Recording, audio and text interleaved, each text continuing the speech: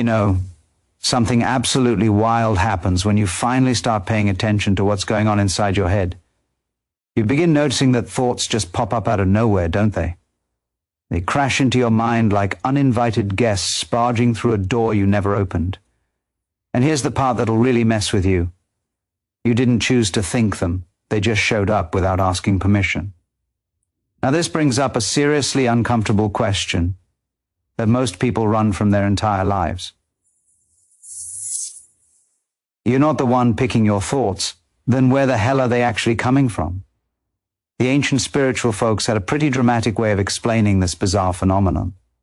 They talked about the devil, the enemy, the sneaky trickster whispering poison into your ear.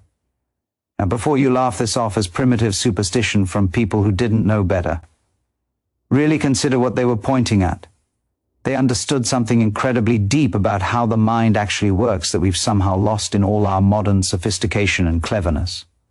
They recognize that there's a voice running non-stop in your head that is absolutely not your friend. A voice that constantly criticizes you, makes you doubt everything, compares you to everyone else, judges relentlessly, and creates nothing but pain and misery.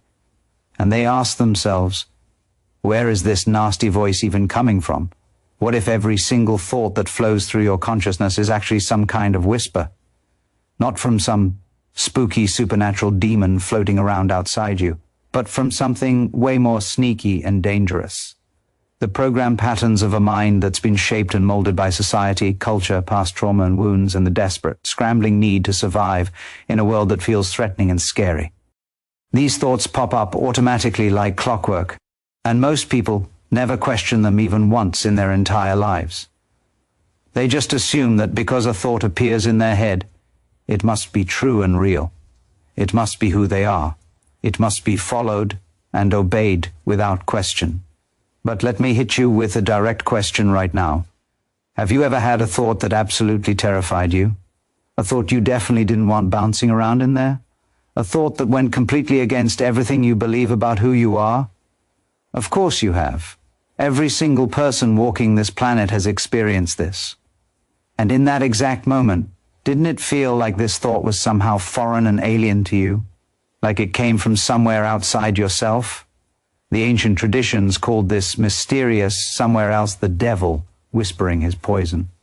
But what they were really describing was the unconscious mind, the shadow lurking beneath, the piled up patterns of conditioning that run automatically beneath your everyday awareness, like hidden software programs.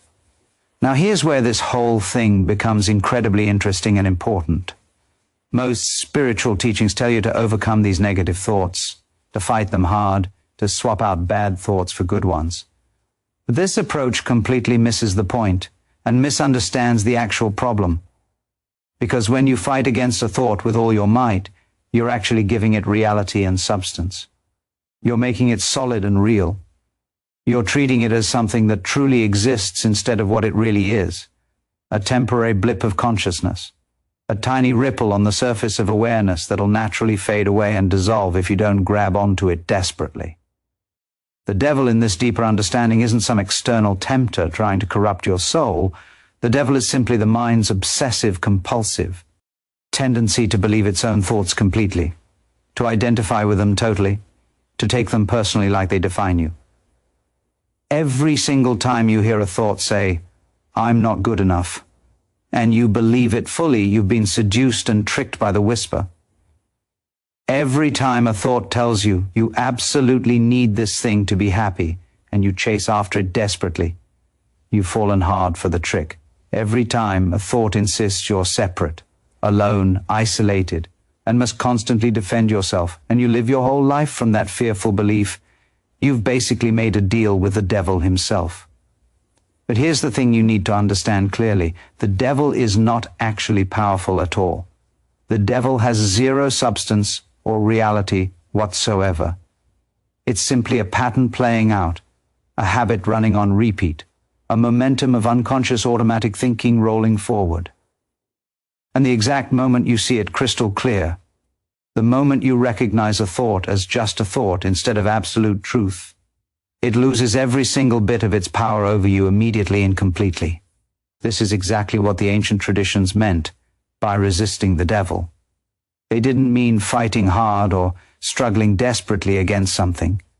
They meant seeing straight through the illusion and the trick, because the devil absolutely cannot survive in the bright burning light of awareness shining directly on it. Let me give you a crystal clear example of how this works in real life. You wake up in the morning and immediately a thought drops into your mind like a bomb. I don't want to face this day ahead of me. Now, most people never question this thought even for 1 second. They just feel the heavy, crushing weight of it settling on their chest and assume that's simply reality. That's just how things are. But what if you observed that thought the exact same way you'd watch a bird flying past? Your window outside? You notice it moving through, but you don't become the bird. You don't follow it wherever it's flying to. You don't build an entire dramatic story around it. You simply see clearly, oh look, there's a thought appearing that says I don't want to face this day. And then you realize something absolutely remarkable and life-changing. You are not that thought at all. You are the awareness that's watching and witnessing the thought appear and disappear. And that single realization changes absolutely everything about how you experience your life. This is exactly what the mystics meant when they described the devil as the father of lies. Not lies in the moral sense, about right and wrong behavior, but lies in the deepest existential sense about what's actually real and true. The fundamental core lie running through everything is this simple statement. You are your thoughts. You are your story. You are this separate, isolated little entity that needs to constantly protect itself, prove itself to everyone, and pile up enough achievements and possessions to finally be okay and complete someday.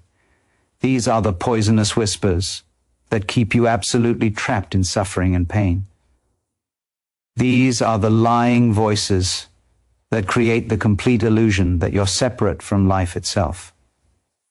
Now you might be thinking to yourself, but wait a minute, surely some thoughts are actually useful and necessary. Surely we absolutely need thinking to function properly in the real world. And obviously this is true to a certain degree. But there's an absolutely massive difference between using thought like a helpful tool when you actually need it and being completely used by thought like it's controlling you. There's a huge gap between thinking consciously and deliberately when a situation truly requires it and being totally caught and stuck in compulsive, repetitive, automatic thinking that serves absolutely no useful purpose except creating anxiety, regret about the past, and fantasy about the future. Most people walking around aren't actually thinking at all in the conscious sense. They're being thought. Thoughts are happening to them, moving through them like a river, and they have zero choice or control in the matter whatsoever. They wake up and immediately the radio station of the mind automatically clicks on and starts broadcasting a constant non-stop stream of commentary, worry, planning ahead, remembering the past, judging everything and everyone. And they listen passively to this radio all day, every single day, never once questioning whether any of it is true, real, or even necessary. This is exactly what it means to be possessed by the devil, to be completely and totally identified with the voice endlessly chattering in your head. But here's the beautiful secret that all the great spiritual teachings throughout history point directly to. You don't have to believe every single thought that appears in your awareness. You don't have to follow every sneaky whisper down the dark rabbit hole of suffering and pain. You have the natural capacity to step back, to observe from a distance, to create breathing space between yourself and your thinking. And in that precious space, something absolutely miraculous and transformative happens. The thoughts don't magically stop appearing, but they completely lose their iron grip on you. They become like clouds drifting and passing through the vast open sky of your awareness. Temporary, insubstantial, completely harmless. This is what it truly means to be free and liberated, not to have zero thoughts ever, but to no longer be enslaved and controlled by them.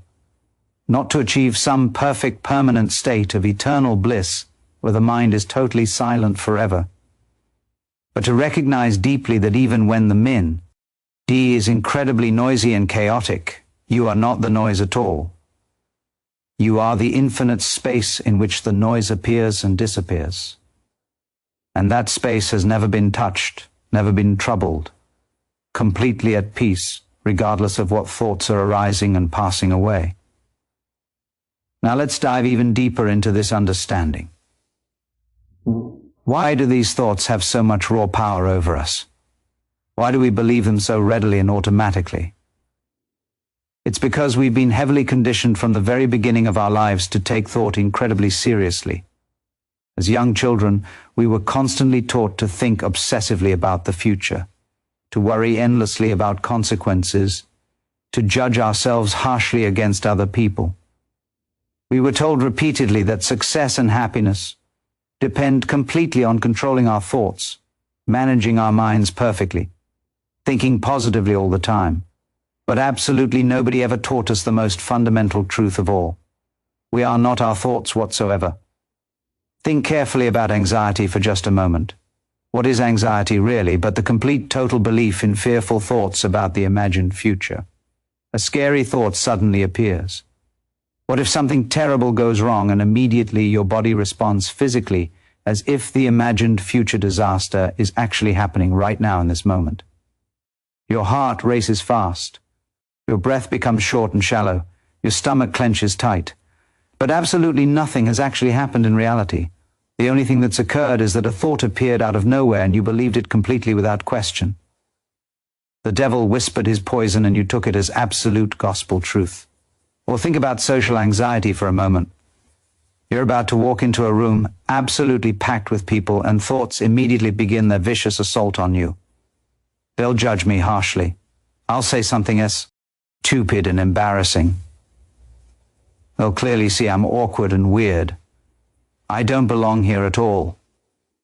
These attacking thoughts create such intense, overwhelming physical and emotional reactions that you might avoid the entire situation completely. But look closely and carefully at what's actually happening here. These are just thoughts appearing. They're predicting a future that hasn't occurred yet and might never occur. They're making wild assumptions about what other people think which you absolutely cannot possibly know. They're replaying old past experiences as if they completely determine and control the present moment. And every single one of these thoughts is fundamentally and essentially a lie, a poisonous whisper from the devil of the conditioned, programmed mind. For those of you who identify strongly as highly sensitive people, as introverts, as folks who feel way too much and think way too much, this understanding is particularly crucial and life-changing because your natural sensitivity means you're way more attuned to the whispers. You hear them more clearly and loudly. You feel their devastating impact more intensely and deeply. The cruel voice that says you're too sensitive, too different, too much, too weird, echoes louder and louder in your consciousness. But here's what you absolutely need to understand clearly. That harsh voice is not telling you the actual truth about who you really are. It's simply mindlessly repeating the conditioning you've absorbed from a world that doesn't understand or value sensitivity at all. The devil's greatest and most clever trick, as the famous saying goes, is convincing you completely that he doesn't even exist. In other words, the mind's greatest power is making you believe totally that your thoughts are simply objective reality instead of conditioned, learned patterns. When a thought says, clearly I'm not good enough, it doesn't politely announce itself as just a thought. It boldly presents itself as a solid fact. And if you don't have the awareness to see it as merely a thought, you'll spend your entire precious life desperately trying to become good enough, endlessly chasing an impossible standard created by nothing more than a whisper in your head. Let me tell you clearly about the different specific types of whispers you need to watch out for carefully. There's the poisonous whisper of comparison. Look at how much better they are than you in every way. There's the crushing whisper of unworthiness. You don't deserve any good things in life. There's the terrifying whisper of catastrophe. Everything is going to fall apart and collapse. There's the haunting whisper of the past. Remember when you failed miserably. That's who you really are deep down. There's the hopeless whisper of the future. You'll never achieve anything you actually want. Each of these specific whispers creates a particular, unique flavor of suffering and pain, and each one feels utterly convincing and real when you're completely identified with it. But here's what's truly liberating and freeing. The exact moment you recognize these as mere whispers, as just thoughts, as conditioned learned patterns, rather than absolute truth, they immediately begin losing their power over you. It's like suddenly realizing that the terrifying monster hiding under your bed is just a harmless shadow. The fear doesn't instantly vanish into thin air, but the belief that sustains and feeds the fear begins cracking and crumbling. You start seeing clearly that you've been fighting phantoms and illusions, running desperately from ghosts, building your entire life around avoiding or achieving things that exist only in thought and nowhere else.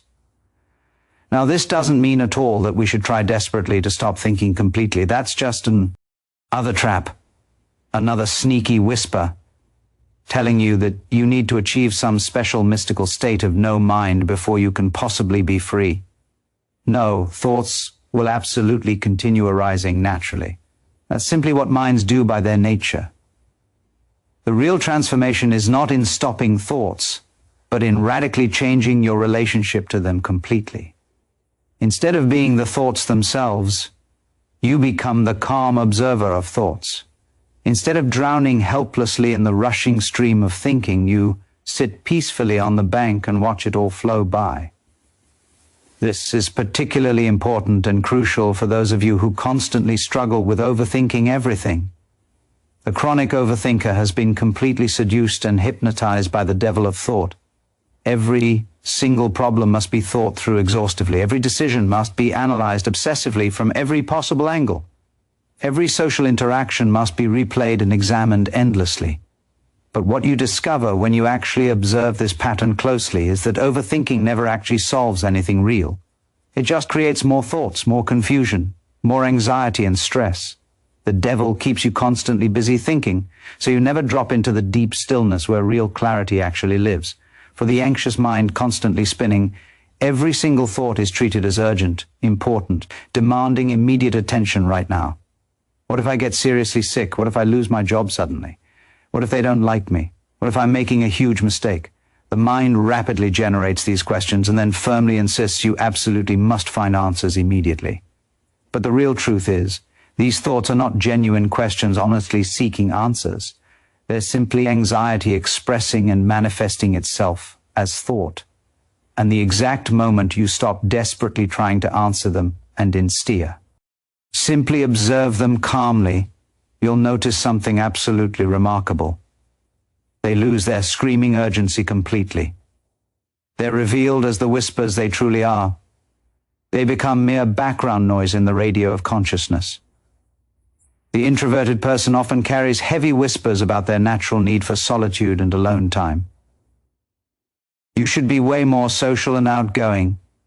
You should have tons more friends. You should love parties and crowds. Something is seriously wrong with you for needing so much alone time.